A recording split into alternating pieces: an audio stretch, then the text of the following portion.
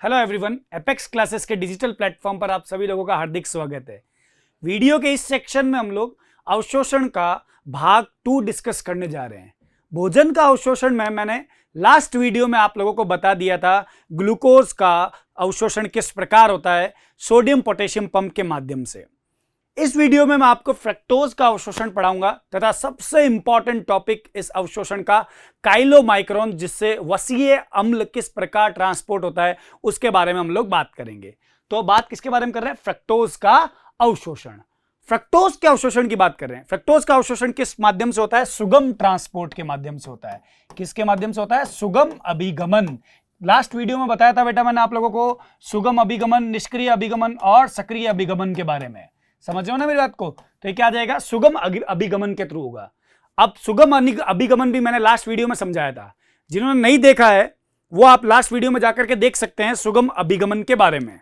समझे ना मेरी बात को? होगा क्या इस वीडियो में आपको इसका ट्रांसपोर्ट समझने के लिए तरल मोज़ेक मॉडल, किसका? कोशिका झिल्ली का तरल मोज़ेक मॉडल आना बहुत अनिवार्य है। याद रखना इस चीज को। तो तरल मोज़ेक मॉडल में क्या होता है बेटा? यहां पे लिपिड के क्या होते हैं आपके पास में? इस प्रकार से अणु होते हैं। आपको बताया भी था मैंने लास्ट वीडियो में। और यहाँ पे लिपिड की 2 लेयर होती है ना, इस वजह से मैंने क्या कर दिया, यहाँ पे लिपिड की 2 लेयर बना दी। ठीक है ना? और यहाँ पे आपके पास में कुछ अंतर्वेशी और बहिर्वेशी क्या होते हैं? प्रोटीन विद्यमान रहते हैं। समझे ना मेरी बात को? क्या विद्यमान रहता है? प्रोटीन विद्यमान रहेगा। तो यहाँ पे मैं आपको बता देता हूँ जानकारी के लिए कि इधर की तरफ मैंने मान लो ये प्रोटीन है, तो जो सुगम अभिगमन में फ्रक्टोज का ट्रांसपोर्ट होता है या फ्रक्टोज का अभिगमन होता है वो बहिर्वेशी प्रोटीन करते हैं। क्योंकि तरल मोज़ेक मॉडल की खास बात होती है, ये डायनामिक मॉडल होता है। डायनामिक मतलब गति करते हैं इसके अंदर अणु। किसके? वसा के भी और प्रोटीन के भी। मुख्य रूप से बहिर्वेशी प्रोटीन का अणु क्या करता है? गति करता है। तो किस प्रकार यह प्रक्रिया होती है वो मैं आपको समझाना चाह रहा हूं। इसके लिए आपको बता देता हूं कि यहां पे देखिए कि ये मान लीजिए यहां पे फ्रक्टोज का अणु है। समझना मेरी बात को? किसका है? फ्रक्टोज का अणु। तो ये जो प्रोटीन है, जो बहिर्वेशी प्रोटीन है, ये बहिर्वेशी प्रोटीन क्या होगा? अंदर की ओर आ रहा है। इस प्रकार अंदर की ओर आएगा ये बहिर्वेशी प्रोटीन। जब ये बहिर्वेशी प्रोटीन अंदर की ओर आएगा तो इसी के साथ में कौन लटक के आ जाएगा? फ्रक्टोज होगा। वो इसके साथ साथ में क्या होगा? अंदर आ जाएगा। जैसे ही ये फ्रक्टोज को अंदर डिलीवर्ड कर देगा वैसे ही क्या होगा आपके पास में? ये बहिर्वेशी प्रोटीन पुनः कहां चला जाएगा? आपके पास में बाहर की ओर चला जाएगा। इस प्रकार प्रोटीन के माध्यम से, क्योंकि सुगम अभिगमन में क्या होता है बेटा? प्रोटीन का माध्यम बहुत अनिवार्य होता है ना? एटीपी की जरूरत नहीं होती है। बताया था आपको लास्ट वीडियो में, देखिएगा। जिन्होंने नहीं देखा है वो लास्ट वीडियो में जरूर देखिएगा, जिसमें लिखा हुआ है कि सुगम अभिगमन में क्या होता है? प्रोटीन अनिवार्य होता है। क्या होता है? प्रोटीन अनिवार्य होता है। प्रोटीन एक वाहक की भांति भूमिका निभाता है और उसी वाहक की मदद से क्या होता है? फ्रक्टोज का अणु क्या होता है? अंदर की ओर ट्रांसपोर्ट होता है। समझे ना मेरी बात को? इसको एक तरीके से और समझा सकता हूं मैं आप लोगों को। आपको थोड़ा समझना होगा, है ना? देखिएगा, एक तरीके से और बात कर लेते हैं अपन इसके अंदर। जैसे मान लीजिए कि यहां पे ये जो मैंने लाइन ड्रॉ कर रहा हूं, ये लाइन आपके पास में प्लाज्मा झिल्ली है। प्लाज्मा झिल्ली यानी कि कौन सी? कोशिका झिल्ली। अब कोशिका झिल्ली में यहां पे आपके पास में क्या आ गया? प्रोटीन है। ठीक है? पहले ये प्रोटीन मान लीजिए निष्क्रिय हुआ है, निष्क्रिय हुआ है। ठीक है? और अगर ये प्रोटीन सक्रिय हो गया, होता भी है, जो सक्रिय हो गया प्रोटीन, ये प्रोटीन जब सक्रिय हो जाएगा तो ये कोशिका झिल्ली का बाहर का हिस्सा है और ये कोशिका झिल्ली का अंदर का हिस्सा है। समझ रहे मेरी बात को? अब यहां पे क्या हुआ आपके पास में? इधर की तरफ फ्रक्टोज का अणु पड़ा हुआ है। ठीक है? अब ये जो प्रोटीन है वो क्या कर रहा है? मूवमेंट कर रहा है, गति कर रहा है। तो ये गति कर रहा है तो ये यहां पे आया और इसके साथ में कौन लटक गया? रे, इसके साथ में लटक गया आपके पास में ये फ्रक्टोज का अणु। तो यहां पे क्या बन जाएगा? प्रोटीन फ्रक्टोज क्या हो जाएगा? सम्मिश्रण बन जाएगा।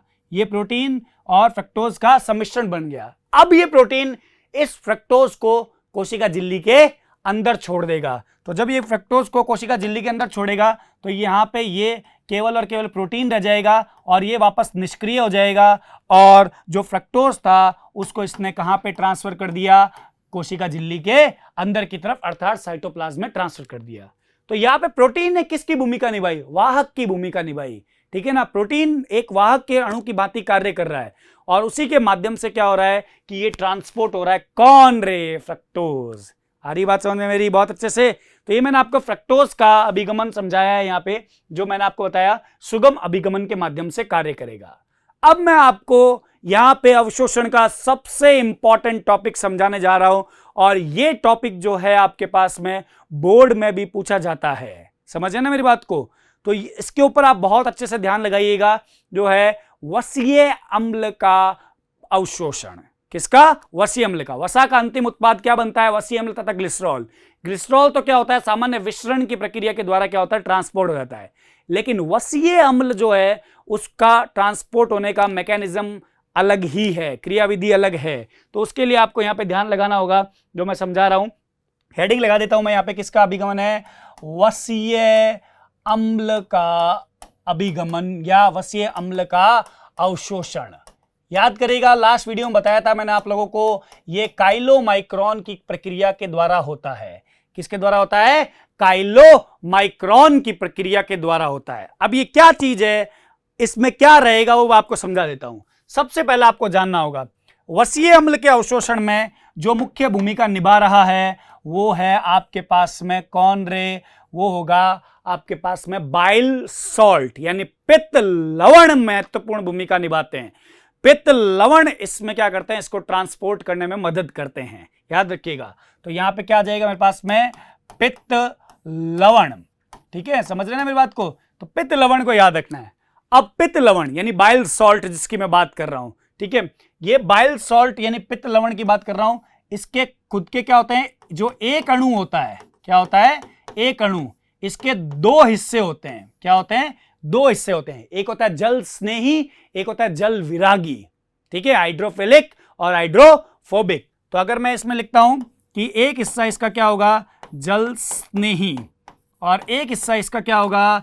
जल विरागी होगा। क्या होगा? जल विरागी का हिस्सा होगा।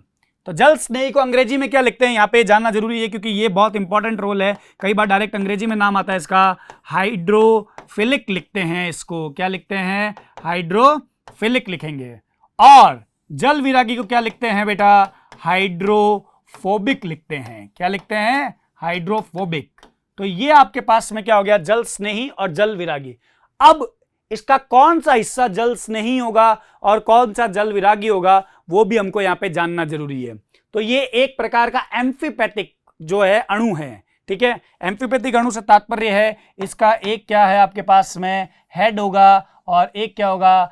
टेल होगा। मतलब एक सिर और एक पूंछ, ये एक अणु रहेगा आपके पास में। किसका? पित्त लवण का। याद रखना, मैं पित्त लवण की बात कर रहा हूं आपके पास में।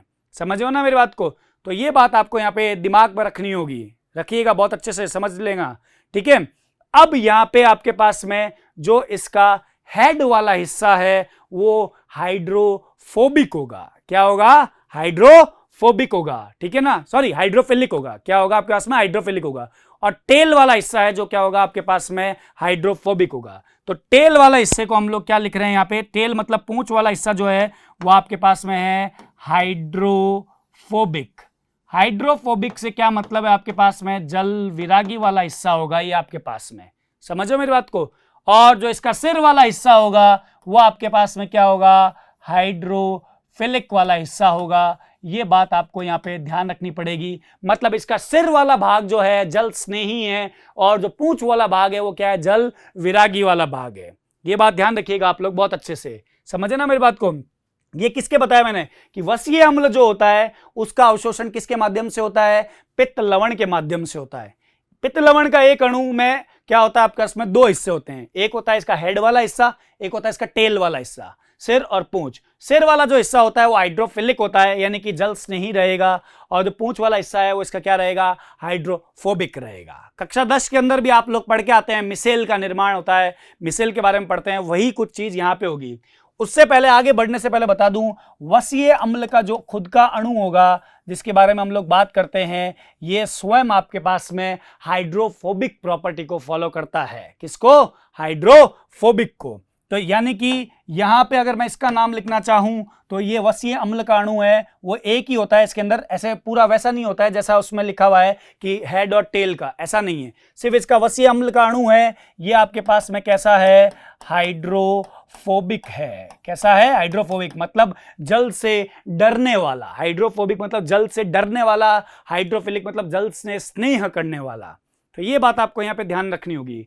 अब मैं आपको इसकी क्रियाविधि समझा रहा हूं, ये पहले मेरे को बताना जरूरी था आप लोगों को, और आप बहुत अच्छे से ध्यान रखिएगा। कई बार कंपटीशन में भी क्वेश्चन आ जाता है कि वसा का अवशोषण मुख्य रूप से किसके माध्यम से होता है, तो आपका आंसर होगा मेनली कौन सा? पित्त लवण, बाइल सॉल्ट। ठीक है, अब मैकेनिज्म क्या रहेगा वो आप जानिए। आपको मैंने लास्ट वीडियो में भी बताया था कि जो पचित भोज्य पदार्थ है वो कहां पड़े रहते हैं? ल्यूमन में पड़े रहते हैं। ठीक है ना, किसमें पड़े रहते हैं? ल्यूमन में। और ल्यूमन से कहां पे इसको ट्रांसपोर्ट करना होता है? हमको ट्रांसपोर्ट करना होता है म्यूकोसा, और म्यूकोसा से सब म्यूकोसा, यानी कि श्लेष्मिका, और श्लेष्मिका से अर्ध श्लेष्मिका, क्योंकि अर्ध श्लेष्मिका में रुधिर कोशिकाएं पाई जाती है या लसिका वाहिनियां पाई जाती है, तो वो इसमें रोल प्ले करेगी। आपकी जानकारी के लिए बता दूं, जो वसीय अम्ल का मैं आपको अवशोषण पढ़ा रहा हूं उसमें रुधिर नलिकाओं में नहीं बल्कि लसिका वाहिनी में क्या होगा? इसका अवशोषण होगा, और लसिका वाहिनी इसमें बड़ा रोल प्ले करेगी। कैसे करेगी उसके लिए आपको यहां पे देखना होगा। ठीक है, अब मैं आपको बता देता हूं कि मान लीजिए हमारे पास में यहां पे जो पड़ा हुआ है ये हमने बना दिया कि यहां पे इस जगह पे हमने लिखा कि जो वसा का अणु है, जो वसा का अणु यानी वसीय अम्ल है, वो कैसा है? हाइड्रोफोबिक है, यानी कि जल विरागी है। तो यहां पे अपन पहले लिख देते हैं, यहां पे पित्त लवण, पित्त लवण इसमें रोल प्ले करेगा। पित्त लवण को हम लोग वापस लिख देते हैं यहां पे कि मान लीजिए पित्त लवण का ये हेड है और ये आपके पास में क्या है? टेल वाला भाग है ना। तो अपन ने क्या लिखा था यहाँ पे? हेड वाला भाग कौन सा है? हाइड्रोफिलिक है। तो यहाँ पे भी हम लोग लिख देते हैं कि हेड वाला भाग क्या है आपके पास में? हाइड्रोफिलिक का अणु है। तो यहां पे लिख दिया मैंने कौन सा? हाइड्रोफिलिक। ठीक है, अब टेल वाला कौन सा हो जाएगा? हाइड्रोफोबिक हो जाएगा। तो ये बात आपको यहां पे ध्यान रखनी है। अब ये तो मदद करेगा ही करेगा। अब अपन बात करते हैं कि वसीय अणु कैसा होता है। तो ये मैंने लिखा यहां पे बीच में जो गोला बनाया है बड़ा सारा, ये आपके पास में क्या है? वसीय अम्ल का अणु है। किसका अणु है? वसीय अम्ल का अणु है। तो इसको हम नाम दे देंगे। अब इस वसीय अम्ल के अणु को कौन घेरेगा? पित्त लवण घेरेगा। कौन घेरेगा? पित्त लवण। और पित्त लवण किस प्रकार घेरेगा? क्योंकि वसीय अम्ल का अणु जो होता है वो हाइड्रोफोबिक होता है, तो जल से क्या होता है? डरता है। तो इसके समीप जो पित्त लवण का हिस्सा रहना चाहिए वो कौन सा होगा? हाइड्रोफोबिक वाला ही रहना चाहिए, क्योंकि वो जल से डरेगा ना, इस वजह से, क्योंकि ये वसीय अम्ल का अणु है। ये कैसा होता है? जल विरागी होता है, हाइड्रोफोबिक होता है। तो इसके समीप में पित्त लवण का वही अणु रहना चाहिए जो क्या हो? आपके पास में जल विरागी हो या हाइड्रोफोबिक प्रॉपर्टी को फॉलो करता हो। तो हाइड्रोफोबिक प्रॉपर्टी को कौन फॉलो कर रहा है? ये वाला, टेल वाला। तो इसका मतलब क्या होगा आपके पास में? यहां पे जो आपके पास में बन रहा है, जिसके बारे में मैं बातचीत करने जा रहा हूं, ये आपके पास में टेल वाला हिस्सा अंदर की तरफ रहेगा कुछ इस प्रकार से। यहां पे ये इस तरीके से टेल वाला हिस्सा अंदर रहेगा, और इसका हेड वाला हिस्सा कहां रहेगा? बाहर की ओर रहेगा। क्यों रहेगा? इसका कारण मैंने अभी बता दिया आपको, क्योंकि वसीय अम्ल का जो अणु होता है वो कैसा होता है? हाइड्रोफोबिक होता है। अब मैं इसका नाम लिखूंगा यहाँ पे, जिससे आपको और आइडिया लगेगा। ये आपके पास में क्या है? वसीय अम्ल अणु। समझ गए ना मेरी बात को? और ये आपके पास में क्या है? इसका हाइड्रोफिलिक है। कौन है बेटा? हाइड्रोफिलिक। और अंदर की तरफ जो टेल वाला हिस्सा है, यानी कि जो पूंछ वाला हिस्सा है, वो कैसा है? हाइड्रोफोबिक हिस्सा है। समझ रहे ना मेरी बात को? अब ये जो पूरी संरचना बनी है इसको अपन कहते हैं मिसेल। क्या कहते हैं इसको? मिसेल का नाम दे रहे हैं। तो यहां पे हम लोग इसके नीचे क्या लिख देते हैं? ये क्या बन गया? एक मिसेल। एक मिसेल का मैंने यहां पे इसको नाम दे दिया। अब क्या होगा? ये जो चीज हो रही है वो ल्यूमन में हो रही है। ठीक है ना, डियोडेनम के ल्यूमन भाग में हो रही है। जिसको ल्यूमन भाग का नहीं पता हो, आहार नाल की औतिकी का वीडियो देख सकते हैं, नहीं तो जस्ट पीछे वाला वीडियो देख लेना, आपको आइडिया लग जाएगा। अवशोषण भाग 1 वाला। ये अपने पास में क्या हुआ? एक मिसेल बन गया। अब ये मिसेल या पित्त जो लवण है वो करता क्या है? पित्त लवण इसको जो बीच में वसीय अम्ल का अणु है इसको कहां छोड़ेगा? म्यूकोसा में, यानी श्लेष्मिका के सूक्ष्मांकुर के अंदर प्रवेश करवाएगा। किसमें प्रवेश करवाएगा? श्लेष्मिका के सूक्ष्मांकुर में। श्लेष्मिका स्तर को बनाने के लिए मैं यहाँ पे आपके पास में एक लाइन को फिर से ड्रॉ करना चाहूंगा जो हमको और आगे की तरफ लेके जाएगा। तो यहाँ पे मैं क्या करता हूँ, एक लाइन को मैं ड्रॉ कर रहा हूँ, आप देखिएगा बहुत अच्छे से। और यहाँ पे मैं कुछ बड़ा बड़ा आपके पास में सूक्ष्मांकुर की कोशिका बना रहा हूं। बड़ी बड़ी इसलिए बना रहा हूं ताकि इसके अंदर मेरे को बहुत सारी चीजें बतानी है आपको। याद करें, सूक्ष्मांकुर, रसांकुर और सूक्ष्मांकुर, विलाई जिसको बोलते हैं अंग्रेजी भाषा के अंदर, ठीक है। ये कहां प्रेजेंट होती है? श्लेष्मिका स्तर में होती है। तो ये मैंने क्या बनाया है? श्लेष्मिका स्तर बनाया है। समझो मेरी बात को। तो यहां पे ये जो वसीय अम्ल का अणु है उसको पित्त लवण कहां छोड़ेगा? सूक्ष्मांकुर की कोशिका में छोड़ने का प्रयास करेगा या छोड़ेगा। तो यहां पे हम लोगों ने इसको कहां पे भेज दिया? यहां पे भेज दिया हमने इसको अंदर की ओर। और किसने भेजा है ये आपके पास में? जिसने भी भेजा है वो आपके पास में कौन है? पित्त लवण के माध्यम से पहुंच रहा है। ये मिसेल अंदर की ओर पहुंचेगा, ठीक है। आपको बता देता हूं, जिस प्रक्रिया के माध्यम से सेल में यानी कि सूक्ष्मांकुर की कोशिका में प्रवेश करेगा वो होती है पिनोसाइटोसिस। क्या होती है? पिनोसाइटोसिस। कक्षा 11 में देखना, सेल बायोलॉजी में आ रखा पिनोसाइटोसिस। पिनोसाइटोसिस का मतलब होता है कि जैसे 3 फंडे होते हैं आपके पास में, एक होता है फैगोसाइटोसिस, एक होता है पिनोसाइटोसिस, ठीक है, और एक होता है आपके पास में एक्सोसाइटोसिस का नाम आएगा। फैगोसाइटोसिस वो होता है जिसमें कोशिका झिल्ली के माध्यम से कोई ठोस अणु होता है वो अंदर प्रवेश करता है, ठीक है। पिनोसाइटोसिस का मतलब होता है कोई लिक्विड मीडियम में या लिक्विड जो हो, मतलब तरल में, तरल माध्यम में या तरल रूप से कोई चीज कोशिका झिल्ली के अंदर प्रवेश करना। और एक्सोसाइटोसिस मतलब होता है कि कोशिका झिल्ली से किसी चीज का बाहर निकलना, चाहे वो तरल हो चाहे वो ठोस हो। समझ लो। तो ये जिस प्रोसेस के थ्रू यहां पे पहुंच रहा है अंदर की तरफ, उसका नाम आपके पास में क्या रहेगा? पिनोसाइटोसिस रहेगा। क्या रहेगा? पिनोसाइटोसिस के माध्यम से पहुंचेगा। अब ये मिसेल कहां पहुंच गया? सूक्ष्मांकुर के अंदर पहुंच गया बच्चे। तो यहां पे मेरे को बनाना होगा यहां पे मिसेल को। ये मेरे पास में मिसेल था जो आपके पास में कहां पहुंच गया है? अंदर की ओर पहुंच गया है पूरा। जिसको किसने घेर रखा है? पित्त लवण ने घेर रखा है। समझने का प्रयास कीजिएगा। जैसे ही पित्त लवण इसको सूक्ष्मांकुर में छोड़ देगा, वैसे ही क्या होगा? पित्त लवण वापस सूक्ष्मांकुर से बाहर निकलकर ल्यूमन भाग में आ जाएगा और ल्यूमन भाग में ये इसी कार्य को पुनः दोहराएगा। समझ गए मेरी बात को? तो ये बात याद रखिएगा। तो जब यहां से ये पित्त लवण निकल करके वापस ल्यूमन भाग में आ जाएगा तो अंदर कौन रहा? अंदर केवल रहा वसीय अम्ल का अणु रहा। समझना मेरी बात को? क्या रहा? वसीय अम्ल का अणु रहा। तो यहां पे मैं इस चित्र में बता देता हूं, ये केवल और केवल अंदर क्या रह गया? वसीय अम्ल का अणु रह गया। अब सूक्ष्मांकुर के अंदर मिलने वाला, भाई ये कोशिका है, सूक्ष्मांकुर क्या है? कोशिका है। कोशिका में मिलने वाला गोल्जी का है। कौन सा? गोल्जी का है। तो वो जो सूक्ष्मांकुर में मिलने वाला गोल्जी का है जो होगा, वो इसके बाहर की ओर क्या करेगा? एक प्रोटीन का आवरण बना देगा। क्या कर देगा? प्रोटीन का आवरण बना देगा। तो यहां पे इसके बाहर की तरफ क्या बनने लग जाएगा? आप बहुत अच्छे से समझना, बहुत ही जबरदस्त तरीके से प्रोटीन का आवरण बन जाएगा। प्रोटीन के आवरण से ढके हुए इस वसीय अम्ल युक्त अणु की संरचना को काइलोमाइक्रोन कहते हैं। फिर से दोहरा रहा हूं, बात सुनिएगा। वसीय अम्ल जो है वो प्रोटीन के द्वारा क्या हो जाएगा? घिर जाएगा। तो वसीय अम्ल के अणु जो है वो प्रोटीन के द्वारा घिर जाता है। तो उस कंप्लीट संरचना को, उस पूर्ण संरचना को अपन क्या नाम देते हैं? काइलोमाइक्रोन का नाम देते हैं। किसका नाम देते हैं? काइलोमाइक्रोन का नाम दे रहे हैं। तो ये जो मेरे पास में संरचना है, इसको मैं क्या नाम दे दूं बेटा? यहां पे इसको मैं नाम देता हूं काइलोमाइक्रोन। ठीक है, क्या नाम दे दूंगा? काइलोमाइक्रोन। ऐसे बहुत सारे काइलोमाइक्रोन्स सूक्ष्मांकुर के अंदर बन जाते हैं। ठीक है, पित्त लवण आता है, इसको छोड़ता है, खुद चला जाता है, प्रोटीन की कवरिंग होती है, गोल्जी का कवरिंग बनाता है और क्या बन जाता है? काइलोमाइक्रोन बन जाता है।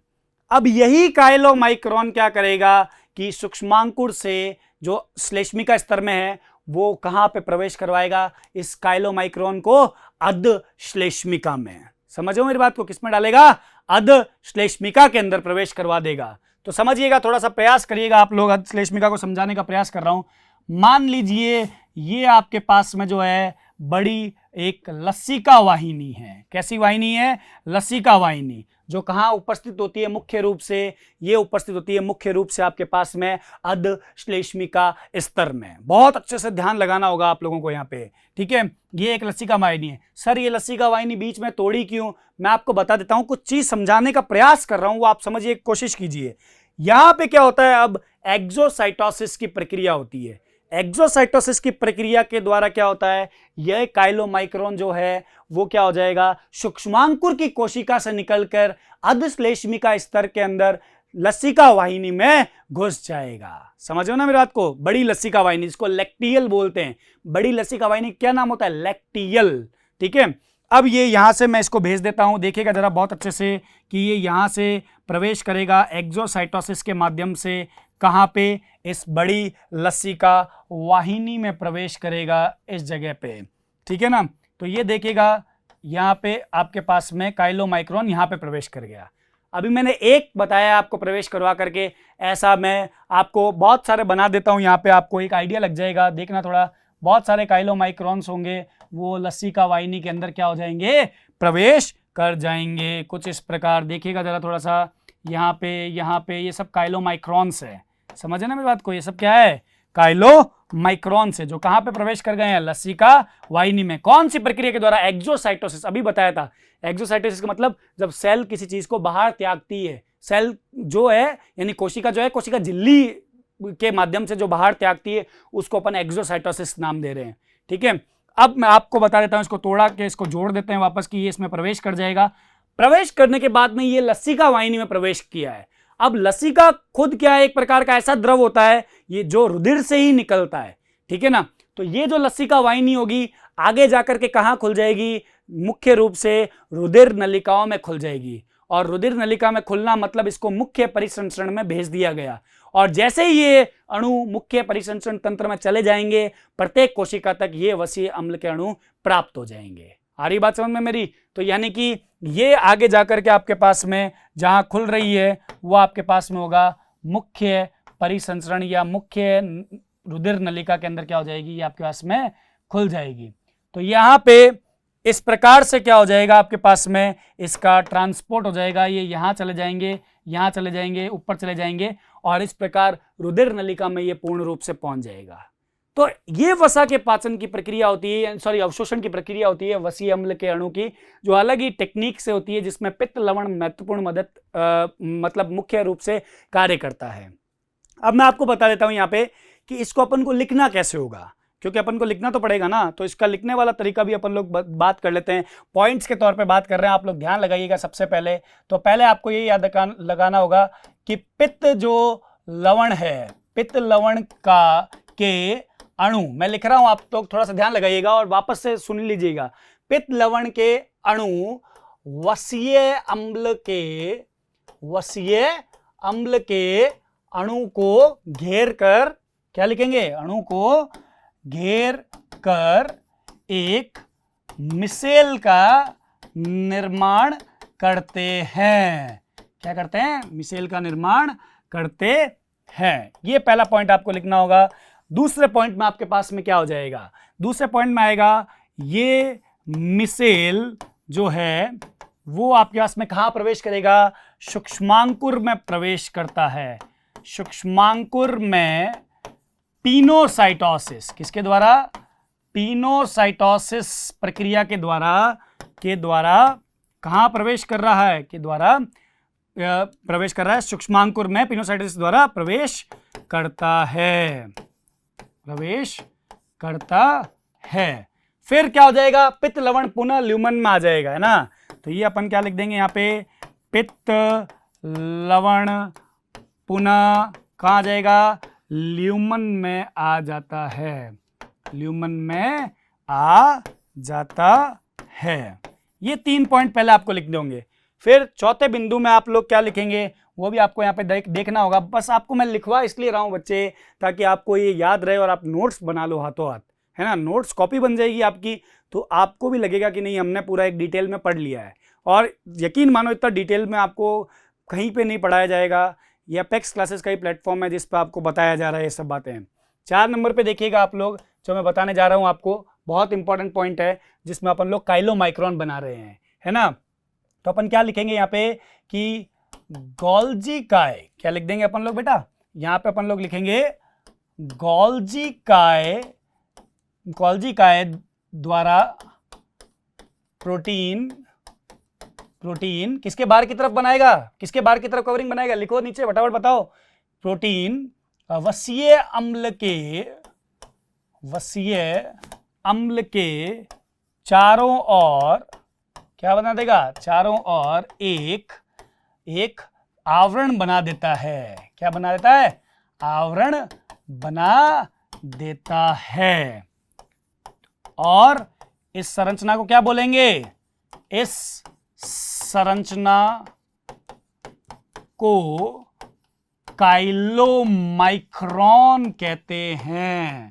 क्या कहते हैं, काइलोमाइक्रॉन कहते हैं। ये बात आपको यहाँ पे ध्यान रखनी होगी।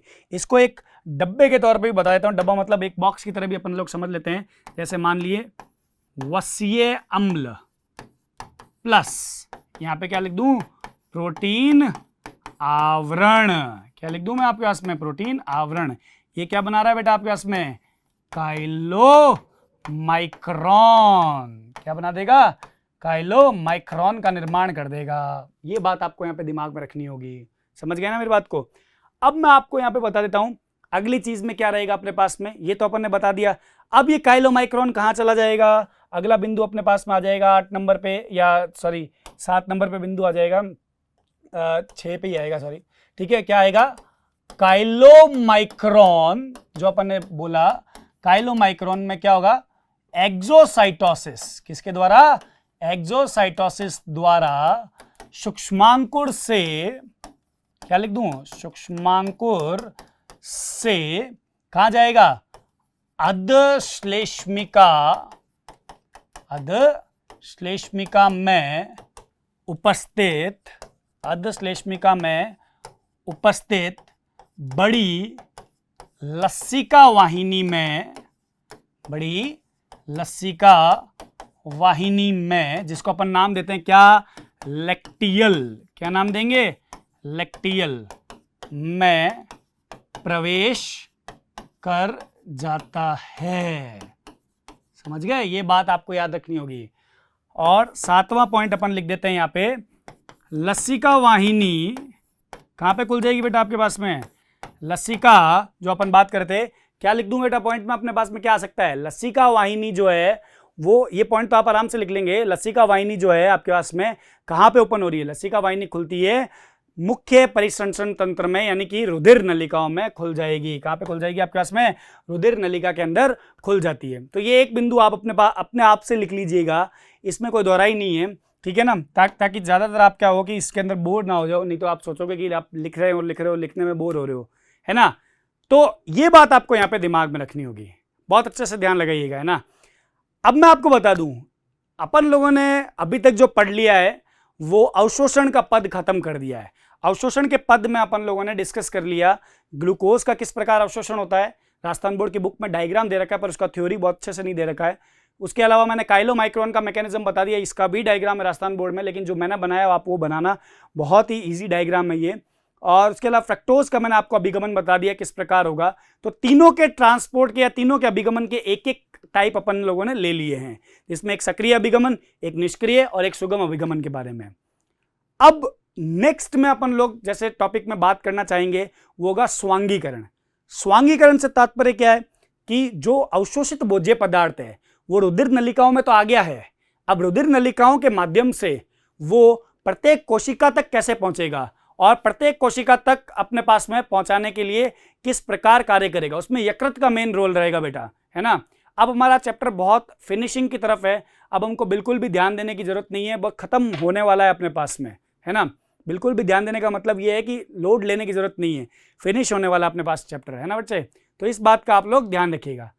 तो एसिमिलेशन के बारे में मैं आपके पास में नेक्स्ट में बात करना चाहूंगा, understand. Thank you very much.